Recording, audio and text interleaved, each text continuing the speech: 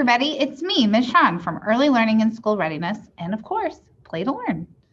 So today we are going to be doing some ice experiments. As you can see, I have some big chunks of ice that I created by putting water in a cup and then freezing it overnight. And then I put them in my handy dandy muffin tin because they're a perfect fit. And we are going to try to see which way is the best way to melt ice. So let's take a look. We're going to try salt, steam, sugar, hot water, cold water, and this one is going to be our control. And a control means we're not going to do anything to it. We're just going to leave it on the counter in this tin and just see how quickly it melts without doing anything to it. So parents, this is a great easy experiment. We call this kitchen science, where we talk about states of matter, how water, when frozen, turns into a solid, so a liquid into a solid. And then as the temperature rises, it starts to return back to its original state of matter, which is a liquid. So some of these are going to work better than others, and we're going to see which one it is. So get your materials ready, get your supplies ready, and let's have some fun. Are you ready? Let's give it a try. All right, so first we're going to try our salt. So I have some handy dandy salt right here. I am going to sprinkle it on, give it a nice good coat. Let's see if we can see anything happening yet. I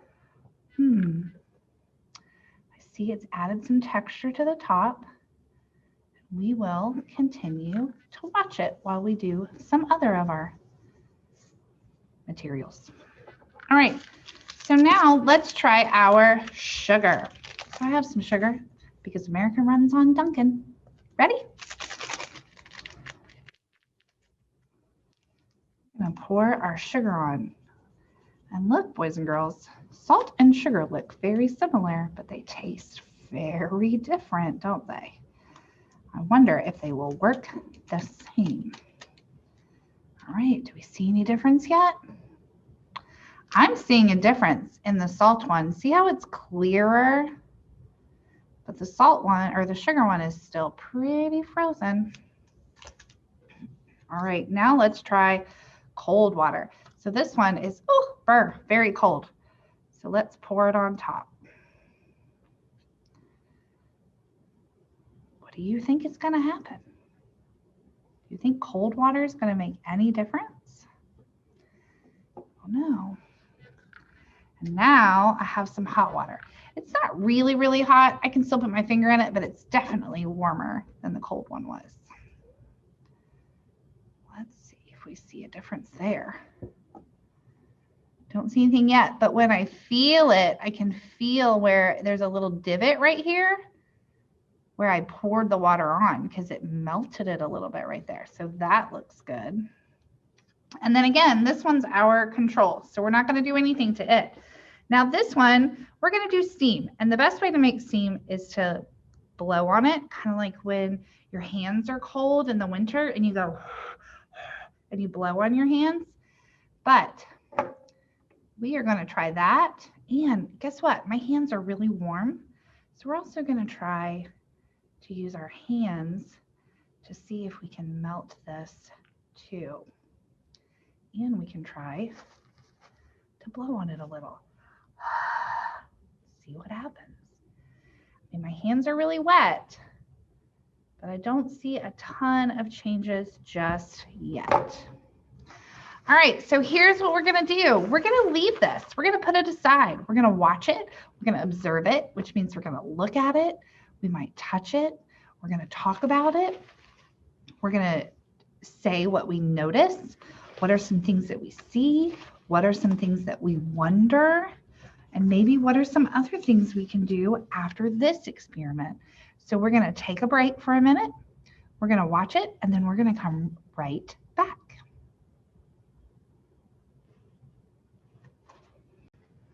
Hey everybody, we're back, and it's been about 10 minutes for us. So remember, this takes some time, so it might take all day. You can have it on the counter and continually keep coming back and checking in. So let's check in on ours. Let's see what we see just visually with our eyes. What do we see? I see that this one has some texture on top, but I don't really see a huge difference.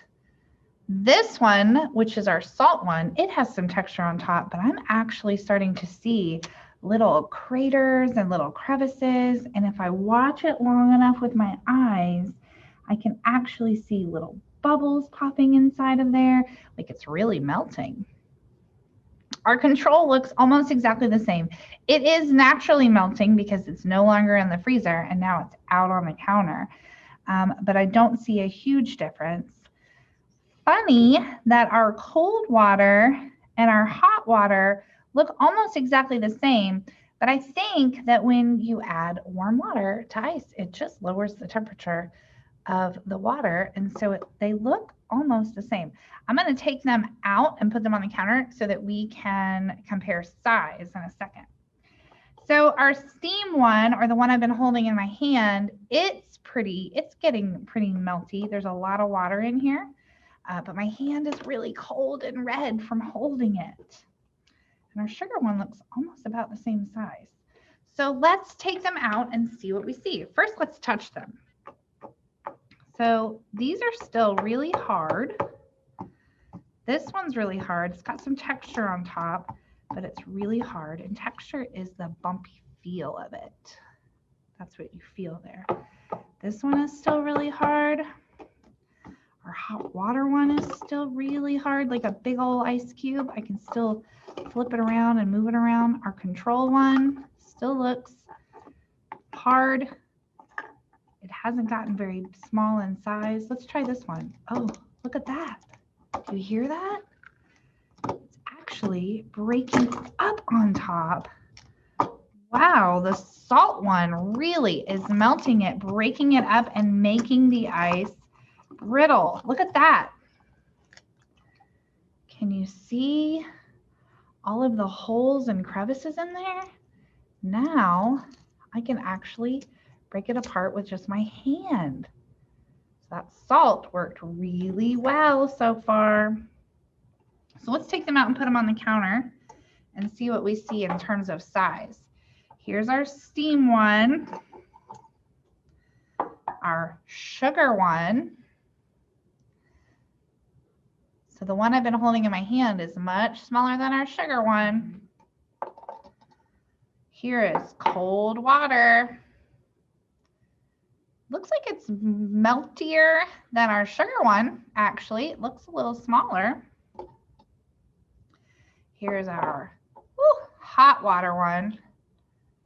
It's a little bit smaller than our cold water one, smaller than our sugar one, but I think our steam one is actually a little bit smaller. So the steam one, holding it in my hand, is working, but oh man, is my hand ever so cold. And then here's our control. That's the one, if you remember, we didn't do anything to. And look at it, it's still really big, really hard, and there's not much water in the pan. And now here's our salt one. So even though it's about the same diameter as our control one, meaning it's not really shrunken in size like some of our other ones. This one is shrunken in size, but that's because I'm holding it and moving it around like this. So I'm melting the sides and the top and the bottom. But the top of this one is really melting and breaking apart. And I can break it with my own fingers. So what do you guys think? Which thing works the best? Was it salt, steam, sugar, hot water, cold water? Looks to me like salt is the answer. And here's a fun tip, kids. Did you know that when the roads get icy, the city government and the county government, they go out and they put salt on the roads? Why? because it adds texture to the top of the ice, starts to break it down, causes a little chemical reaction which starts to melt the ice. And so it makes the roads less slippery so that it's safer to drive on. So clearly that is the best choice. All right, friends, so have some fun. Figure out some other kitchen science things that you can do. You will be so surprised if you start to look around about what items you have in your own home that you can create some fun science experiments with. And remember, science experiments are all about observing, which means looking at, maybe feeling, touching, tasting, depending on what you're doing. Always with an adult, always with supervision, but always having fun, talking about what you see, learning new words, touching new things, experiencing new sensory experiences, and just having fun together as a family, learning something new. All right, guys, go have fun.